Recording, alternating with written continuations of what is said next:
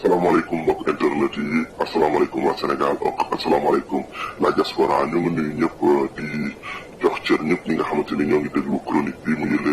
les chroniques de Guelwaar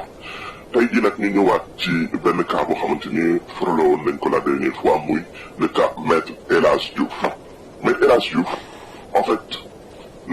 nekk na nit koo xamante ni wax da koy def foo ko dégg maître El Hadj Diouf ci wax la man wax moom mën na ko. c'est pas parce que avocat la mais wax moom rëy làmmañ mën na ko trop léegi nag tey jii dinañ leen wax xam nga dernière fois dafa bañoon la dernière fois dafa defoon bi muy daje à 7TV ak Diomaye Faye daf ko waxoon benn cas boo xamante ni non daf ko weddi tey dinañ ñëw preuve à l'appui war nañ ne maître El Hadj Diouf a été condamné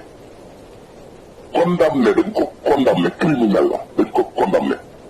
parce que li muy wax foofu yëpp rëy làmmañ xam nga parce que àdduna dañuy jaawale kuy wax dëgg ak kuy rëy làmmañ fii moom boo rëy làmmañ dañuy yaakaar ne yaa ngi ci dëgg alors que li ngay wax dara amu ci il faut que les Sénégalais je pense que Sénégalais xam nañ ko sax dañuy leeral rek di ko fàttali mais Sénégalais yi ñoo la gën a xam kan mooy maître El Hadj Diouf maître El Hadj Diouf Sénégalais yi xam nañ ko bu baax a baax looloo waral élection bu demee lu mu amoon day gën di wàññeeku ndax Sénégalais yi xam nañ ne il est tellement versatile koo xamante ni mooy li ma waxoon la dernière fois mën na dëxin mën na dogadaa mën sa luxu mbalax ku ne mën na ko en fait il se sert li ko tax a jóg mooy en fait il sert toujours ses intérêts ses intérêts du moment moom jaral na ko lu nekk maître El Hadj Diouf xam nga maître El Hadj Diouf dañu ko takkal viol France mu weddi ko dañu ko takkal mu weddi ko léegi nag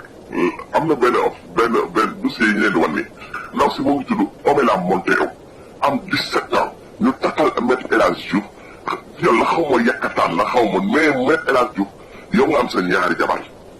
dem ba France amoo luñ ci lu ñu lay dégg lu dul ci viol yow sincèrement tu es mal placé pour donner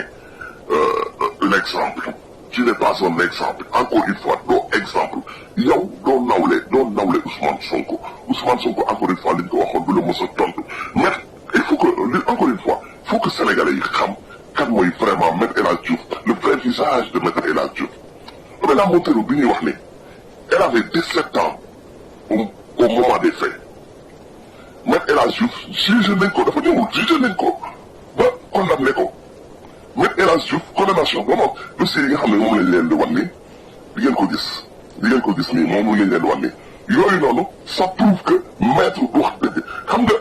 tubaab nee na Matt dafay wax ne nee na le mensonge peut faire le tour du monde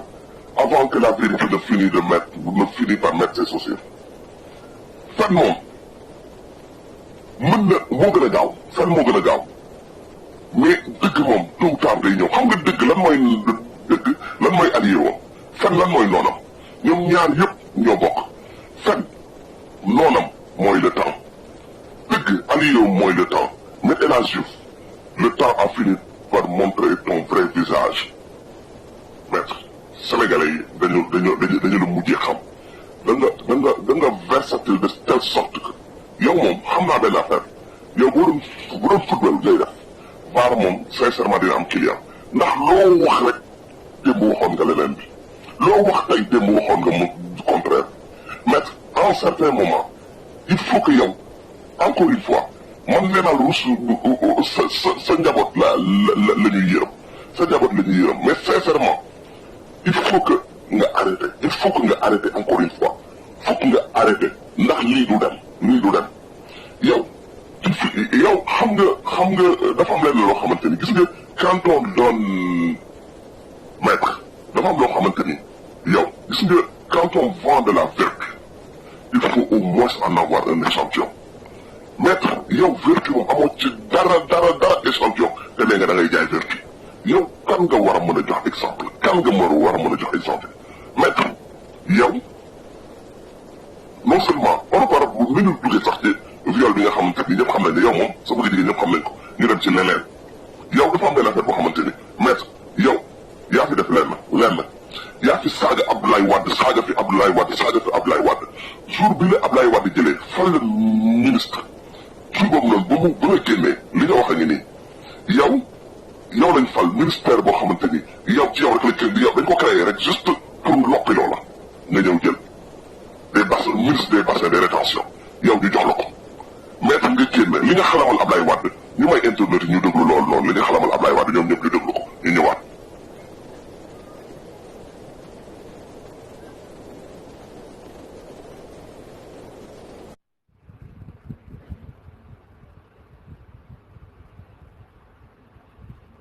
Aujourd'hui.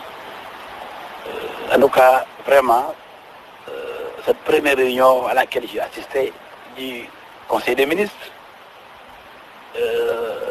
représente pour moi et représentera pour moi quelque chose d'extraordinaire qui aura marqué ma vie. Je dis que c'est important parce que discuter des affaires de mon pays, de notre État, dans la plus grande courtoisie, dans la plus grande cordialité, dans la plus grande démocratie, avec un chef qui joue le rôle de chef d'orchestre, c'est magnifique. Je suis content. Vraiment, je pense que si les Sénégalais avaient la chance d'être avec le chef de l'État, quelques secondes, quelques minutes, ils seraient tous conquis. Ils seraient tous convaincus qu'il est le meilleur pour encore garder la maison Sénégal. Nous avons besoin de lui et je lance un appel à tous les Sénégalais de ne pas commettre l'erreur fatale d'aller vers l'aventure. Le bon choix, c'est le président Wade. Que personne ne fasse l'erreur de ne pas lui donner sa voix, son vote. C'est important parce que c'est sérieux. Sénégal, quel de côté, on ne peut pas confier ce pays là à des aventuriers. Nous avons besoin d'un sage, d'un guide. Monsieur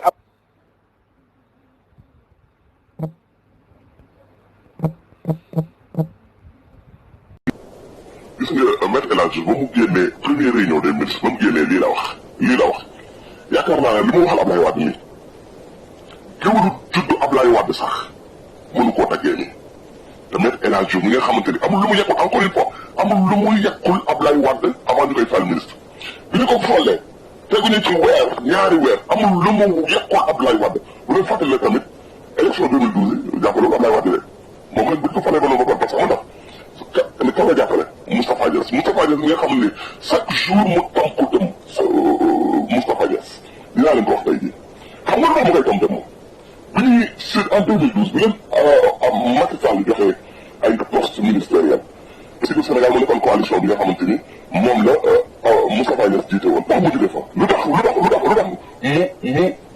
mu ressentir une certaine haine boobu noonu ci Moustapha Niasse ba ñuy seetloo ministère bi mais ñoom dañ koy li ñu leen jox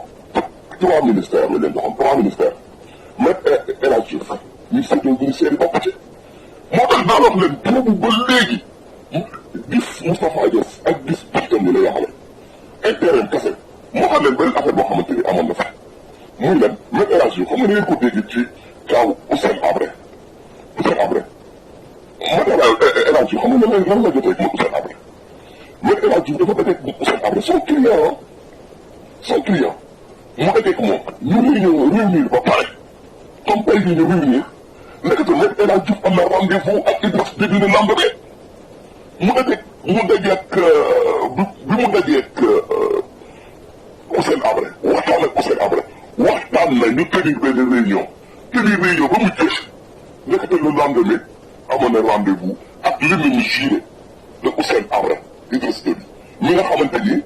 mu dem di ne day négocier ji mais yow ngir yàlla kii bu doon kooku baro bi sax da ko waroon dàq dañu ko waroon dàq parce que waa ñoo ko dàq yow tu peux pas négocier à l'insu de ton client moom mu négocier ci ak Idriss Déby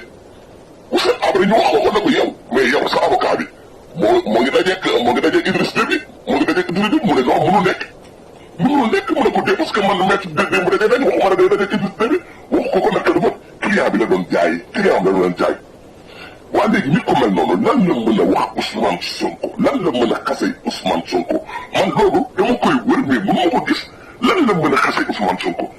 ñoom moom nag ku ñu wax rek mu sosal la sos bi bu ñu waxee am na yoo xamante ni sax am na yoo xam ne bor sax da ko moomul moom bu ñu waxee rek mu ak mën a sos lay def buy xeex day sos lay def sos rek léegi moom dafa am loo xamante ni buzz rek la mettre El Hadji Diouf di wër buzz gis nga Assane Diouf bi ñu ko konam bi Assane Diouf bi ñu koy rapatrié moom moo nekkoon avocat am ndax buzz wax di doon wër te buzz a dafa woon mais El Hadji Diouf moom moo nekkoon avocat de l'État contre Karim Wade moom la de moom bii moo nekkoon avocat de l'État contre Karim Wade amul lu muy yàqul Macky Sall aujourd'hui c'est nag El Hadji Diouf nee na yaay mooy joxe exemple mooy war a wax ci te même El Hadji Diouf xam nga yow dinañ ñëwaat sax ci li ñu la taxal noonu li ñu la taxal nii millions yi nga naxee émetteur bi dinañ ci ñëwaat mais dama bëgg rek Sénégalais yi xam lenn gis nga encore une fois c'est pas celui qui parle le plus fort qui dit la vérité ay nit ñi dañuy yuuxu mais duñu wax dëgg cas bi l'affaire des 94 milliards dinañ ci ñëwaat defal ko spécial bi ngeen ci